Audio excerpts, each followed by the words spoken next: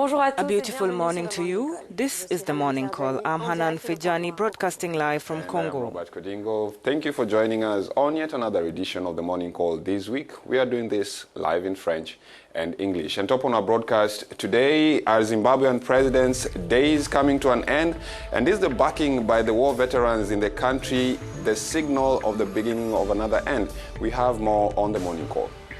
In Gambia, civil societies are awaiting the steps the government will take in the eradication of child marriage, coming a day after the adoption of a law that criminalizes the practice. We'll be speaking more on this later in the program. And later on our news bulletin, Uganda's long-time serving opposition leader, Dr. Kizza Besigye, was arrested again days after being acquitted for disobeying lawful orders by Ugandan court. And internet company Yahoo, bought by America's Verizon Communications after 20 years of running independently. Details in the business segment. Well, thank you for joining us while you're watching us. And the Zimbabwean Vice President Emmerson Mnangagwa, known to have strong ties with the country's war veterans, came out strongly to distance himself from the rhetoric and trashing Mugabe as a dictator, announcing they will no longer support him. The war veterans were considered as strong allies for Mugabe, who were part of those who helped and supported him when he ascended into power. Some of them believe it's time Zimbabwe had a new leader. Take a look. We have got no manager who is able to manage the economy of this country now. This is why we are saying Mugabe must go. Mugabe is not going to win election. He is not going to win election. I'm very sorry for his advisors. They are misguiding him because they are not in touch with the ground. One, we did not fight for the one center of power. And secondly, we did not fight for one family to benefit the economy of this country. That's why he is declaring war against his own people, where he mobilizes the youth to fight against us, where he declares a war against the war veterans. That is not Mugabe that I used to know.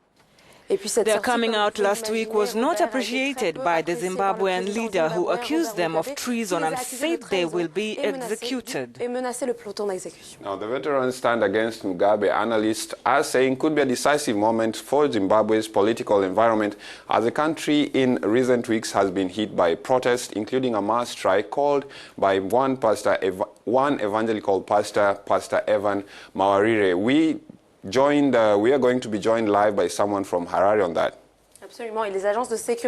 Security agencies are said to be carrying out a high-level probe on the statements made by the veterans, and last Thursday, provincial representatives of the war veterans resolved that Mugabe must resign. Now, Vince Musewe is an economic analyst in Zimbabwe, and we asked him this protest and what they mean, and being the veterans are loyal to Mugabe, could this be a decisive moment for the country? Listen. Right? That's the best case scenario. It's a peaceful transition. He admits that, listen, guys, I've had my time. Let's now get the younger people to take over.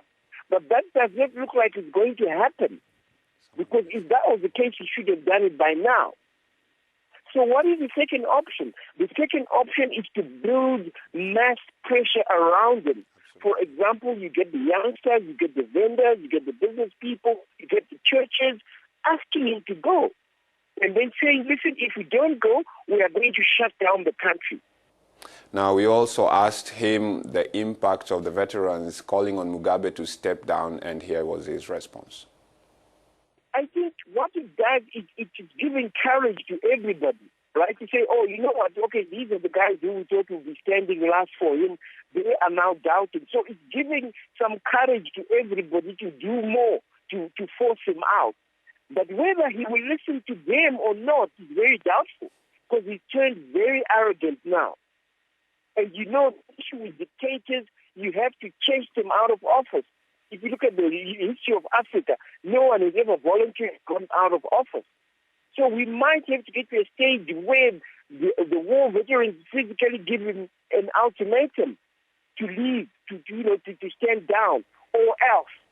And we haven't got to that stage yet. Now, when civil servants were paid in the country last week, does this mean the economic situation in the country is getting any better? No, absolutely not. There is nothing changing economically wise. The country is not doing business. So business activity is not high at all.